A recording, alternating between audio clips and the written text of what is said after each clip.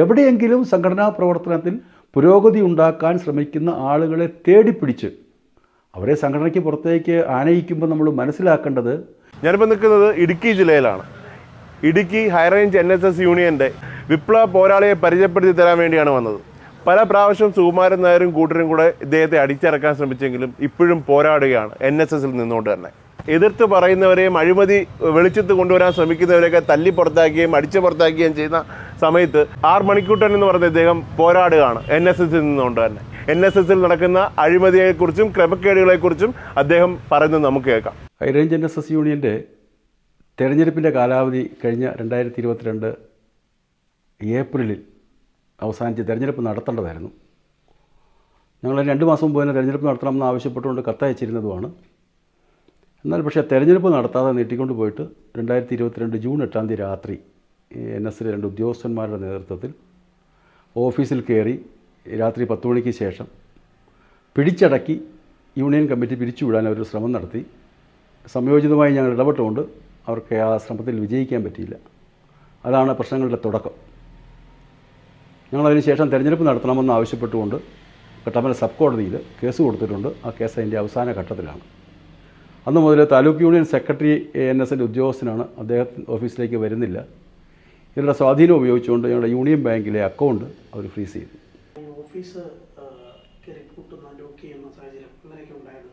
ഈ NSSലെ ഒരു കഴിഞ്ഞ 3-4 പതിറ്റാണ്ട് കാലത്തെ ചരിത്രം പരിശോധിച്ചാൽ അതിൻ്റെ ഒരു സ്ഥാനങ്ങളിലേക്ക് മത്സരം നടക്കാറില്ല, അല്ലെങ്കിൽ അനുവദിക്കാറില്ല. അത് കഴിഞ്ഞൊരു 3-4 പതിറ്റാണ്ട് കൊണ്ട് ഇപ്പോഴത്തെ general secretary Sukumaran Nair sir സൃഷ്ടിച്ചെടുത്ത അദ്ദേഹത്തിൻ്റെ ഒരു സംവിധാനമാണത്. താഴെ തട്ടിൽ കരയോഗ തലം മുതൽ അദ്ദേഹത്തിൻ്റെ ഇഷ്ടക്കാർ മാത്രം വരത്തക്ക രീതിയിലുള്ള താലൂക്ക് യൂണിയൻ സെക്രട്ടറിമാരെ വെച്ചുകൊണ്ടുള്ള അദ്ദേഹത്തിൻ്റെ ഒരു ഓപ്പറേഷൻ, അത് ഹൈറേഞ്ചിൽ പക്ഷേ കഴിഞ്ഞ ഒരു 10-12 വർഷക്കാലമായി അത് വിജയിക്കുന്നില്ല. 2009 ഞാൻ ആദ്യമായി ഒരു തെരഞ്ഞെടുപ്പിൽ മത്സരിക്കുന്നത് NSSലേക്ക്. അപ്പോൾ മത്സരിക്കാൻ പാടില്ല, ജനറൽ സെക്രട്ടറി പറയുന്ന ആളുകൾ വരണം എന്നുള്ളതാണ് അവരുടെ ഒരു അലിഖിത നിയമം. പക്ഷേ അതിനെ മറികടന്നുകൊണ്ട് ഞാൻ മത്സരിക്കുകയും പലപ്പോഴും ജയിക്കുകയും 2013 മുതൽ തുടർച്ചയായി എല്ലാ തെരഞ്ഞെടുപ്പുകളിലും യൂണിയൻ പ്രസിഡന്റ് സ്ഥാനത്തേക്ക് ജയിക്കുകയും ചെയ്തിരുന്നു. അപ്പോൾ ഈ 2022 വീണ്ടും ഒരു തെരഞ്ഞെടുപ്പ് നടത്തിയാൽ ഞാൻ വീണ്ടും ജയിക്കും എന്നുള്ളതുകൊണ്ട് എന്നെ ഒഴിവാക്കാൻ വേണ്ടി അദ്ദേഹം ചെയ്ത ഒരു പരിപാടിയാണ് തെരഞ്ഞെടുപ്പ് നടത്താതെ പിടിച്ചടക്കുക എന്നുള്ളത്. അത് പക്ഷേ ഇവിടെ പരാജയപ്പെട്ടു. ആ പരാജയപ്പെട്ടതിൻ്റെ ഒരു വാശിയും വൈരാഗ്യവും തീർക്കാൻ വേണ്ടി അദ്ദേഹം ഇവിടുത്തെ എല്ലാ സംഘടനാ പ്രവർത്തനങ്ങളും നിർജ്ജീവമാകത്തക്ക തരത്തിൽ കരയോഗങ്ങളുടെയൊക്കെ തെരഞ്ഞെടുപ്പുകൾ അദ്ദേഹം നടത്താതെ അവിടെ എല്ലാം കാലാവധി അവസാനിപ്പിക്കുന്നു തുടങ്ങി ഹൈറേഞ്ചിൽ ഒരു അനിശ്ചിതാവസ്ഥ സൃഷ്ടിച്ചുകൊണ്ട് തളർത്താനുള്ള നീക്കങ്ങളാണ് അദ്ദേഹം നടക്കുന്നത്. ഈ NSSൻ്റെ ഇവിടുത്തെ ഒരു ഡ്രീം പ്രോജക്റ്റ് ഉണ്ട്. ആ പ്രോജക്റ്റിനെ കുറിച്ചൊന്ന് പറയും. അത് ഏത് ഘട്ടത്തിലാണ് അത് അനിശ്ചിതത്തിലേക്ക് പോകുന്നത്? ഞങ്ങൾ ഹൈറേഞ്ച് NSS യൂണിയൻ എന്ന് പറയുന്നത് കേരളത്തിലെ ഏറ്റവും പാവപ്പെട്ട യൂണിയനുകളിൽപ്പെട്ട ഒന്ന്. കാരണം പല താലൂക്ക് യൂണിയനുകൾക്കും ഒത്തിരി കെട്ടിടങ്ങളും വലിയ വരുമാനങ്ങളും സ്വന്തമായി സംവിധാനങ്ങളും ഒക്കെയുള്ള യൂണിയനുകളാണ് പലതും. പക്ഷേ ഹൈറേഞ്ച് NSS യൂണിയനെ സംബന്ധിച്ചിടത്തോളം ആകെ നെടുങ്കണ്ടം ടൗണിലൊരു അല്പസ്ഥലവും അവിടെ ഒരു വാടക കിട്ടുന്ന ചെറിയ 1-2 കെട്ടിടങ്ങളും മാത്രമേ ഉള്ളൂ.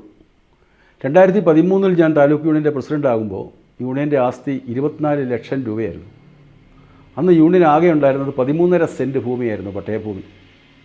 പക്ഷേ 2022 യൂണിയൻ്റെ ആസ്തി 10 കോടി രൂപയാണ്.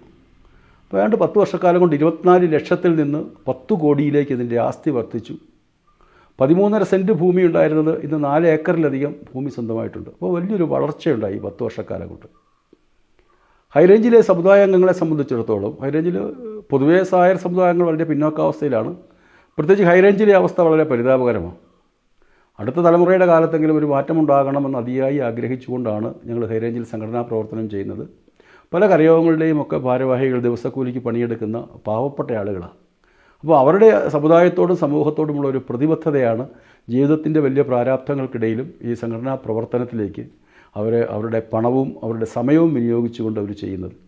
അപ്പം ഞങ്ങളെ സംബന്ധിച്ച് ഹൈറേഞ്ചിൽ ഒരു അടുത്ത തലമുറയ്ക്ക് പ്രയോജനപ്പെടുന്ന ഒരു പദ്ധതി വേണം എന്നുള്ളത് ഞങ്ങളുടെ ഒരു വലിയ ആഗ്രഹമായിരുന്നു. അങ്ങനെയാണ് കൊച്ചുകാമാക്ഷി എന്ന് പറയുന്ന സ്ഥലത്ത് അവിടുത്തെ കരയോഗം പ്രസിഡന്റ് ശ്രീ OS പ്രഭാകരൻപിള്ള അദ്ദേഹം 1 ഏക്കർ ഭൂമി സൗജന്യമായി തന്നുകൊണ്ട് നമുക്കിവിടെ എന്തെങ്കിലും ഒരു പദ്ധതി വേണം എന്നുള്ളൊരു കൂട്ടായ ആലോചനയുടെ ഫലമായി 1-2 വർഷക്കാലത്തെ നീണ്ട ചർച്ചകൾക്കും ആലോചനകൾക്കും ഒടുവിൽ ശ്രീപത്മനാഭപുരം ധർമ്മപാഠശാല എന്ന് പറയുന്നൊരു പദ്ധതിക്ക് ഞങ്ങൾ രൂപം കൊടുത്തു. അതിലൊന്ന് നൈമിഷാരണ്യം എന്ന് പറയുന്ന ഒരു ധ്യാന കേന്ദ്രം. 500ഓളം ആളുകൾക്ക് ഒന്നിച്ച് താമസിക്കാൻ പറ്റുന്ന സൗകര്യത്തിൽ ആളുകൾ വന്നാൽ ഒരു 4-5 ദിവസം താമസിച്ച് യോഗയും ധ്യാനവും പ്രാർത്ഥനയും മെഡിറ്റേഷനുമൊക്കെയായി അവർക്ക് പോകാൻ പറ്റുന്ന ഒന്ന്. മറ്റൊന്ന് ഇന്ദ്രപ്രസ്ഥം എന്ന് പറയുന്ന 2500 പേർക്ക് ഇരിക്കാൻ പറ്റുന്ന 600 പേർക്ക് ഒരേ സമയത്ത് ഭക്ഷണം കഴിക്കാവുന്ന ഡൈനിങ് ഹാളോട് കൂടിയ ഒരു ഓഡിറ്റോറിയം. ഇത് രണ്ടും ഈ പദ്ധതിയുടെ വരുമാന മാർഗങ്ങളായി വെച്ചുകൊണ്ട് മറ്റു 3 പദ്ധതികൾ. ഒന്ന്, കുട്ടികളുടെ വിദ്യാഭ്യാസത്തിൽ ശ്രദ്ധിക്കാൻ സുഹൃതം എന്ന് പറയുന്നൊരു പദ്ധതി. ഒരു 5ാം ക്ലാസ്സിന് മുകളിലേക്കുള്ള കുട്ടികളെ അവരുടെ ശേഷിക്കനുസരിച്ച്, അവരുടെ ശേഷി തിരിച്ചറിഞ്ഞ് അവരുടെ ശേഷിക്കനുസരിച്ച് അവർക്ക് എവിടെ വരെ പഠിക്കാൻ പറ്റുമോ അവിടെ വരെ പഠിപ്പിക്കുക. ഒന്ന്, അവർക്ക് നല്ല മാർഗ്ഗനിർദ്ദേശം കൊടുക്കുക. സാമ്പത്തികമില്ലാത്ത കുട്ടികൾക്ക് സാമ്പത്തികവും കൂടി കൊടുക്കുക. ഒരു 10-15 വർഷക്കാലം കൊണ്ട് അങ്ങനെ അടുത്ത തലമുറയിൽ ഒരു വലിയ റവല്യൂഷൻ ഉണ്ടാക്കിയെടുക്കാൻ പറ്റും. അതിന് ഇന്ത്യയിൽ കിട്ടാവുന്ന ഏറ്റവും ഉന്നതരായ ഫാക്കൽറ്റീസിനെയൊക്കെ ഇടപെടുത്താനും ഹൈറേഞ്ചിലെ കുട്ടികൾക്ക് അവരുമായി സംവദിക്കുവാനും ഇടപെടുവാനും ഒക്കെ അവസരം നൽകുന്ന ഒരു കേന്ദ്രമായി ശ്രീപത്മനാഭപുരം മാറണം. മറ്റൊന്ന്, വാരണാസി എന്ന് പറയുന്ന ഒരു വൃദ്ധസദനം.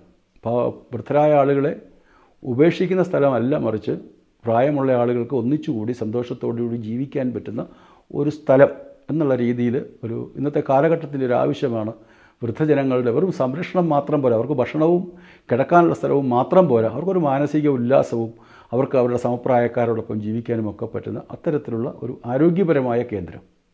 മറ്റൊന്നൊരു സ്ഥിരം ട്രെയിനിങ് സെൻറ്റർ. അതിൻ്റെ പേര് ഏകലവ്യ എന്നാണ്. പ്രത്യേകിച്ച് കുട്ടികൾക്ക് career guidance programme, pre marriage course, leadership training, അതുപോലെ ഭാര്യാഭർത്താക്കന്മാർക്കുള്ള പരിശീലന ക്ലാസ്സുകൾ, പുതിയ ബിസിനസ് സംരംഭം ആരംഭിക്കുന്നവർക്കുള്ള അത്തരത്തിലുള്ള തൊഴിൽ പരിശീലനങ്ങൾ തുടങ്ങി ഒരു സ്മാർട്ട് ക്ലാസ് റൂം, 250 പേർക്ക് ഇരിക്കാവുന്ന ഒരു സ്മാർട്ട് ക്ലാസ് റൂം. ഇങ്ങനെ 5 പദ്ധതിയാണ് ശ്രീപത്മനാഭപുരം ധർമ്മപാഠശാലയിലൂടെ ഞങ്ങൾ വിഭാവനം ചെയ്യുന്നത്. അതിൽ ആദ്യത്തെ ഘട്ടമായി ഇന്ദ്രപ്രസ്ഥം എന്ന് പറയുന്ന ഓഡിറ്റോറിയത്തിൻ്റെ പണി ഏതാണ്ട് 75% പൂർത്തീകരിച്ചിരുന്നു. മൊത്തം 10 കോടി രൂപയുടെ പദ്ധതിയായിരുന്നു. ഞങ്ങൾ ഈ പദ്ധതിക്ക് ശിലാസ്ഥാപനം നടത്തിയതിൻ്റെ തൊട്ടടുത്ത വർഷം, 2 വർഷം തുടർച്ചയായി വലിയ ഫ്ലഡുണ്ടായി ഇടുക്കിയിൽ. അതിനുശേഷം 2 വർഷം കോവിഡ് വന്നു. അപ്പോൾ ഞങ്ങളെ സംബന്ധിച്ചിടത്തോളം വളരെ പ്രതികൂലമായ ഒരു സാഹചര്യമായിരുന്നു കഴിഞ്ഞ 4 വർഷക്കാലം. ഇത്ര പ്രതികൂലമായ സാഹചര്യങ്ങളായിട്ട് പോലും ഹൈറേഞ്ചിലെ സമുദായ അംഗങ്ങളിൽ നിന്നും ഏതാണ്ട് 4 കോടി രൂപയോളം സമാഹരിക്കുവാനും അതിൻ്റെ നിർമ്മാണ പ്രവർത്തനങ്ങൾ നടത്തുവാനും സാധിച്ചു. കഴിഞ്ഞ വർഷം ഇതിൻ്റെ ഇന്ദ്രപ്രസ്ഥം ഓഡിറ്റോറിയത്തിൻ്റെ ഉദ്ഘാടനം നടത്തുകയായിരുന്നു ഞങ്ങളുടെ ലക്ഷ്യം. NSS ജനറൽ സെക്രട്ടറിയുടെ ഭാഗത്തു നിന്നും ഇങ്ങനെയൊരു കടുത്ത നടപടി ഉണ്ടായില്ലായിരുന്നുവെങ്കിൽ കഴിഞ്ഞ വർഷം ആ ഓഡിറ്റോറിയത്തിൻ്റെ പണി പൂർത്തിയാക്കുവാനും അത് വാടകയ്ക്ക് കൊടുക്കുവാനും ഞങ്ങൾക്ക് പറ്റുമായിരുന്നു. പക്ഷേ അവിചാരിതമായി, വളരെ ആസൂത്രിതമായി, മനഃപൂർവ്വമായി അദ്ദേഹം സൃഷ്ടിച്ച ഒരു പ്രതിസന്ധിയിൽ കഴിഞ്ഞ 10-18 മാസക്കാലം ഞങ്ങൾക്ക് നഷ്ടപ്പെട്ടു പോയി. ജനറൽ സെക്രട്ടറിയായി നാരായണപ്പണിക്കർ സാർ ഇരിക്കുമ്പോൾ പോലും കാര്യങ്ങൾ തീരുമാനിച്ചിരുന്നത് ഇദ്ദേഹമാണ്. കാരണം ഞങ്ങളൊക്കെ അന്ന് സംഘടനാ പ്രവർത്തനത്തിൻ്റെ ഭാഗമായി അവിടെ ചെല്ലുമ്പോൾ തീരുമാനങ്ങളൊക്കെ പറഞ്ഞിരുന്നത് ഇദ്ദേഹമാണ്.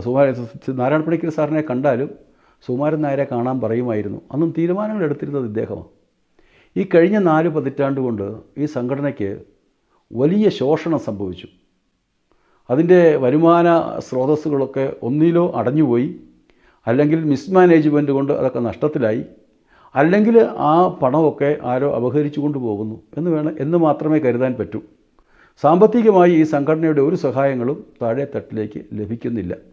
എവിടെയെങ്കിലും സംഘടനാ പ്രവർത്തനത്തിൽ പുരോഗതി ഉണ്ടാക്കാൻ ശ്രമിക്കുന്ന ആളുകളെ തേടിപ്പിടിച്ച് അവരെ സംഘടനയ്ക്ക് പുറത്തേക്ക് ആനയിക്കുമ്പോൾ നമ്മൾ മനസ്സിലാക്കേണ്ടത് ഇദ്ദേഹം ഈ സംഘടനയുടെയും സമുദായത്തിൻ്റെയും വികസനത്തിനെതിരാണ് എന്നല്ല കരുതാൻ പറ്റൂ.